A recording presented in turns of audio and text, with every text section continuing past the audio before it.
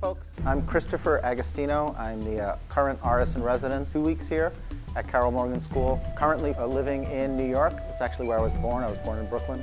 My wife Lorraine and I have a performing arts company. We do theater and face painting for all sorts of audiences, everything from schools and children's audiences up to colleges and adults.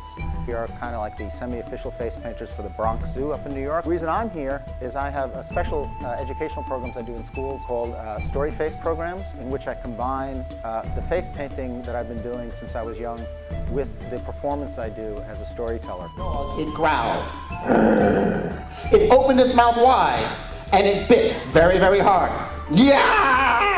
Screamed the dragon. Yeah! I performed my Story Faces show for the elementary grade levels, and I'm starting to do some of them for the middle school grade levels. And with the upper grades, we're doing something a little different. I'm actually doing some more of a mask art program with them where I'm teaching them some of the traditions of mask making. And then they get a chance to use the same kind of makeup that a theater artist does to create painted masks. They actually will wind up painting each other's faces. When I'm in a school setting, I do have some goals as an artist in residence.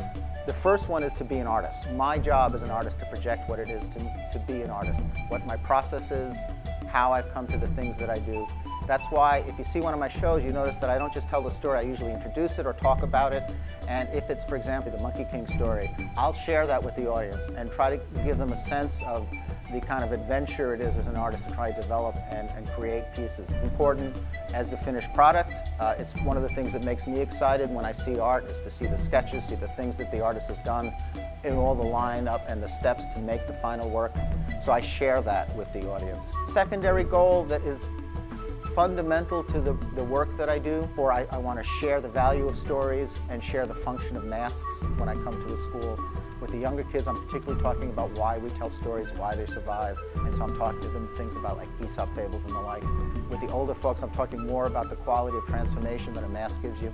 When I do this in a school, there's like a side part to that as I paint people, they wind up walking through the school. And this is an unusual thing, you know, especially if you haven't seen me perform yet. Suddenly you see somebody in another grade and they have their face painted and they look like a dragon or they look like a monster or they look like an alien or something strange.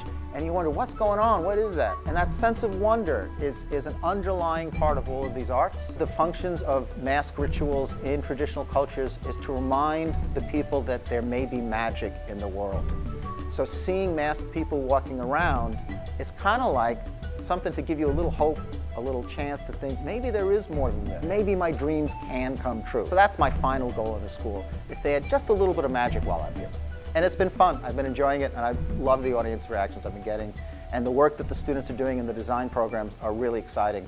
I hope that the students particularly share these works. Tell each other some of the stories you've heard me tell. Some of the students are kind of writing their own visual stories with their own little face designs. Share those as well. That's what keeps all of this alive. Thank you, folks.